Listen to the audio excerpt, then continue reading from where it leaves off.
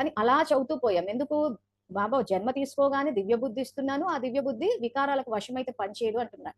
So దివ్య బుద్ధి లేనప్పుడు దివ్య జ్ఞానం కూడా అర్థం కాదు. కాబట్టి దీన్ని ఎట్లా అధిగమిస్తాం ఈ సమస్యను అంటే ఇంకా చదువుతూ ఉంటాం. మనకి ఏమేమి వ్యర్థం వస్తుందా అనేది చెక్ చేసుకుని దాని స్థానంలో ఇచ్చేస్తాము. నాకు చదవాలనిపించట్లేదు, నాకు మూడ్ లేదు, నా మనసు బాలేదు, ఇవన్నీ అనిపిస్తాయి. ఎందుకంటే నెత్తి మీద పాపభారం ఉంది కాబట్టి. అయినా చదువుతూ పోతాం.